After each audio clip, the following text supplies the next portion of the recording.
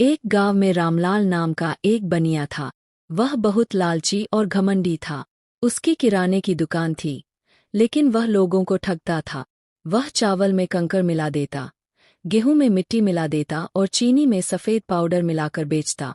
गांव वाले मजबूरी में उसी से सामान खरीदते, क्योंकि आसपास और कोई दुकान नहीं थी। एक दिन गांव में एक अजीब चूहा आया। वह देखने में साधारण था, लेकिन उसमें जादुई शक्तियाँ थीं। जब वह रामलाल की दुकान पर पहुंचा, तो उसने देखा कि रामलाल मिलावट कर रहा है। चूहे को बहुत गुस्सा आए। उसने सोचा, इस बनिए को सबक सिखाना ही पड़ेगा। अगली रात चूहे ने अपनी जादुई शक्ति से रामलाल के सारे सामान को खराब कर दिया। चावल से कंकड़ गायब हो गए, लेकिन सारे चावल काले पड़ गए। गेहूं की बोरी से मिट्टी हट गई, लेकिन गेहूं में बदबू आने लगी। चीनी में सफ़ेद पाउडर तो नहीं रहा, लेकिन वह पूरी तरह गीली और चिपचिपी हो गई।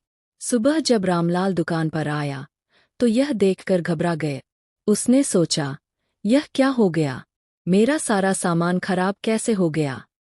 गांव वाले जब दुकान पर आए और खराब सामान देखा, तो वे नाराज हो गए। रामलाल समझ नहीं पा रहा था कि यह कैसे हुआ। तभी चूहा वहां आया और इंसानों की भाषा में बोलने लगा। रामलाल, तुमने गांव वालों को बहुत ठगा है। मिलावट करना पाप है। अब तुम्हें इसका दंड मिलेगा। रामलाल डर गया और घुटनों के बल बैठकर चूहे से माफी मांगने लगा। उसने वादा किया कि अब से वह कभी मिलावट नहीं करेगा और हमेशा ईमानदारी से दुकानदारी करेगा। जादुई चूहे ने देखा कि रामलाल को सच में अपनी गलती का